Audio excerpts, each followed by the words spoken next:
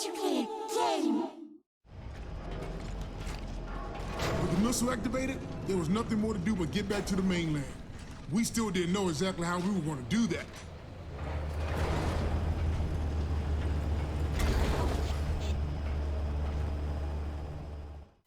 How's it going, guys? Sleepy Jim here. Welcome back to my insane difficulty walkthrough here on Gears of War Judgment, showing you how to get all 3 stars in the declassified missions along the way.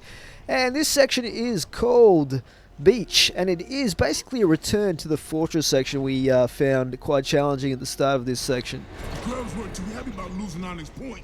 They send out the big guns and take it back. Literally, one shot, Colonel. Scariest guns there is. Well, I don't know if I agree with Cole there that the one-shot is the scariest gun in Gears of War 3. Pretty much anything with a chainsaw bayonet has got to be up there as well. But anyway, guys, you are basically going to be defending this section. Once again, you have to set up your defenses. And you're going to have, as the declassified mission says, some locusts with one shot as well to deal with. But it's not too much of an issue.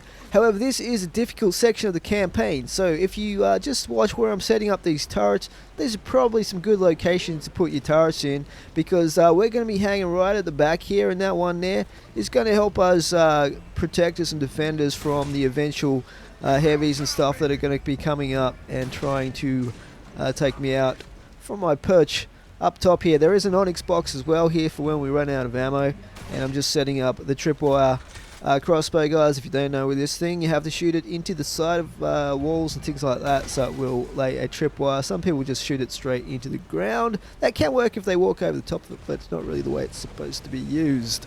Most of you guys will know that, of course, by the time you get to insane difficulty. Now, yeah, you do have some turrets set up here that you can man if you like. I wouldn't spend too much time on them though, because you can get killed pretty quickly, but we're just going to use this one to take out the first couple of guys, and then we're going to retreat back, or fall back, to our position at the top of the map there. So you're going to have several waves in this that you have to survive. There are a ton of locusts that will be coming up here. You've got your Kilo squad distracting them and hopefully taking out a few of them for you as well. So just be careful, because you will have some wretches coming at you and stuff like that. So it is a good opportunity, as always, with wretches to get some execution kills if you possibly can. Just playing a little bit safe here and falling back here, letting my squad do most of the work, and just picking off the odd locust from the top here with the Lancer. You will get your 3 stars almost definitely in this section, provided you survive, due to the amount of kills that you'll have to get.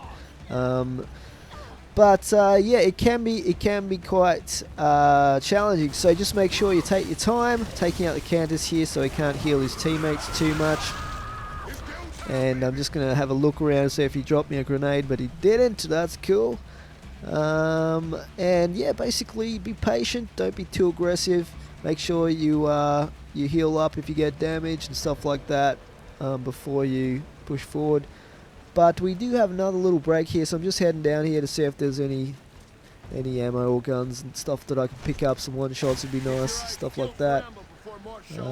We have a boom shot there, so I'm going to grab the ammo for that. And we obviously have a little bit of time to set up again if we need to. Mind you, all of our defenses are set up already. There's not much we need to do except maybe grab some ammo and stuff like that. And yeah, the suspense, guys. The next wave's coming soon. So probably not going to man the turret this time. We're just going to be like using this boom shot to try and take out a bunch and get a bunch of gib kills as soon as they spawn from the landing craft here. If we can get a cluster lock or something like that, it would be awesome. I'm not sure if we're far enough away at this point to get a Hail Mary with this thing. But all of those ribbons do help you get your 3-star rating, of course, as well. Now, we did get a Hail Mary on that one. 2 Hail Marys, but no cluster lock. Never mind. You can't have everything. So, as you can see, there's some guys down there with grinders. Quite a few of them, actually. And we're going to try and take them out. They can be quite devastating if they hit you. But they're a fair distance away at this point. So I'm just going to get some more ammos from the Onyx box and some more boom shot ammo as well. this is a fairly protected spot up here. They've got to come all the way around the stairs to get to you. And you can see this guy down here is trying to head up here, but he's being distracted by Kilo Squad. And yeah, wreaking a bit of havoc down there, but there's still one guy to revive, so it's all good.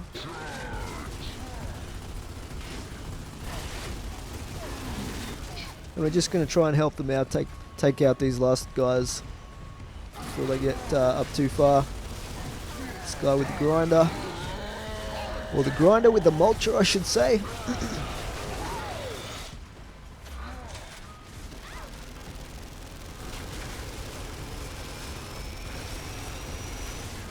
And can we take this guy out? Come on, there we go.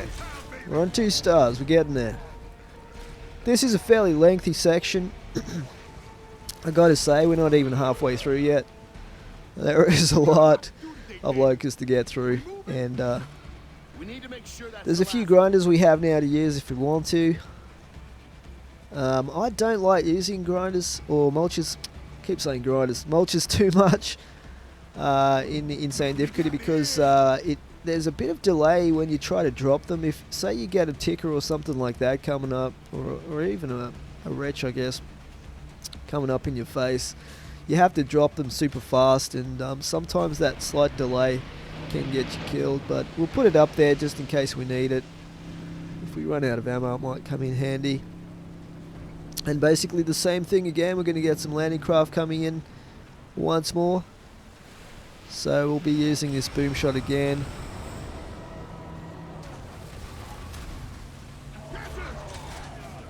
And it got absolutely nothing there. It's a bit hard to see them through that ink or whatever it is that they spawn with. So yeah, a bit of a waste of ammo right there, but never mind. These things happen.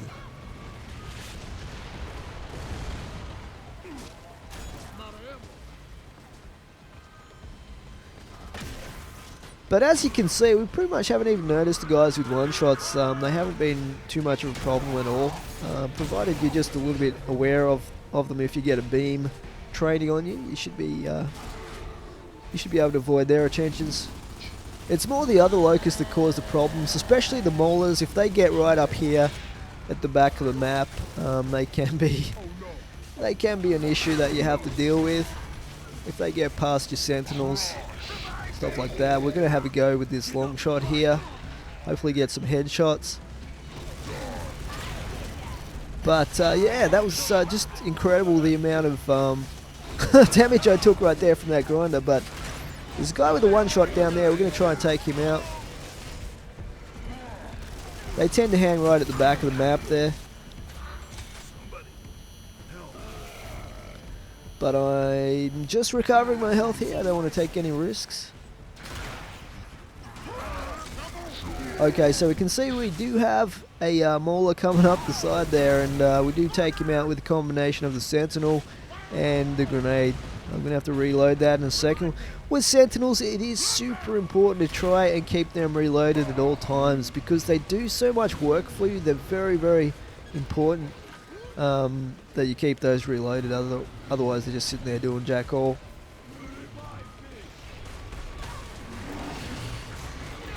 And there's a guy with a mortar down there. In this bunker at the top, the mortar's not going to be an issue for you, but certainly going to affect your teammates, so you do want to take him out. You can see a couple of our teammates down there. It can be quite problematic if all your teammates go down, because then all the focus will be on you, so the locusts will specifically attack you from all sides. So it's good to keep them alive as a distraction. We're going to try and revive down here, because we still do have a fair bit of this to get through. Kilo Squad's going to help us out.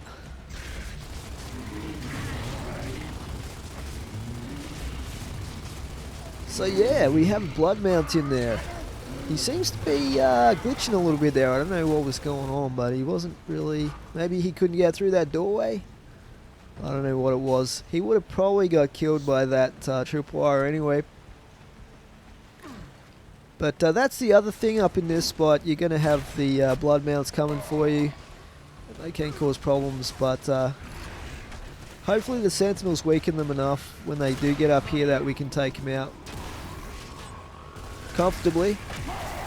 Some of these Flame Grenadiers as well coming now. So you do get a variety of Locusts in this section that try and invade the beach. You can see the number of landing craft we have down there now. Another guy with a mortar. So I'm going to try and take him out if I can. The squad's pretty much all down again. And the Sentinel on the right hand side is out of ammo, so that tells me that some Locusts are either coming around there or did try to come around there. It might have been the Cantus. I'm going to revive these guys first. Yep, there he is. And gets tripwire to the face. Okay, so we'll try and reload this Sentinel. And just being a little bit cautious here, of course, because this is insane difficulty. It is very, very difficult. Even if some of these videos make it look a little bit easy, you'll notice it's a very cautious, patient strategy that I use in a lot of sections of the campaign. Some sections you're forced to be a little bit more risky, the time sections and stuff like that, but this is one of those sections where you can just sit at the back of the map and let your squad do most of the work for you.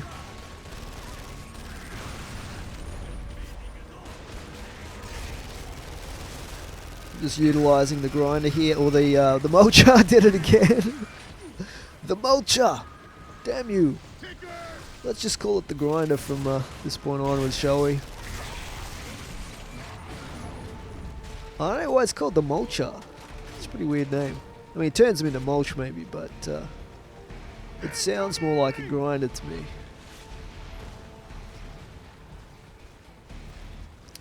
Okay, so we are out of ammo in both our weapons here. Not a great situation to be in, that is for sure. We have a flame or a scorcher we could use, I guess, if we get desperate. These things aren't super effective. And I have 4 grenades left as well, and there's a ink grenade down there I could pick up if I needed to.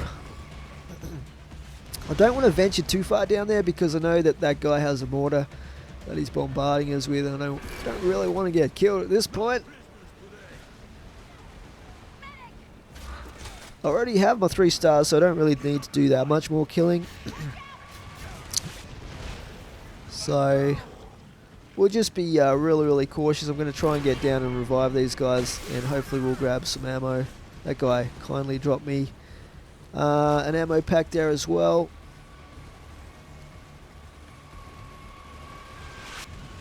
So whenever those guys start rushing you, like those regular drones start rushing you, like that guy was roadie running at me.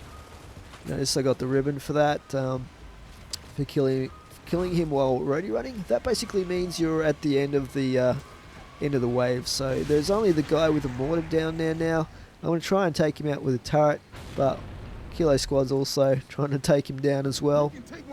And that is it done, guys. So that is the whole section for Onyx Point done. We'll move on to downtown Haravoy Bay. That was the beach section.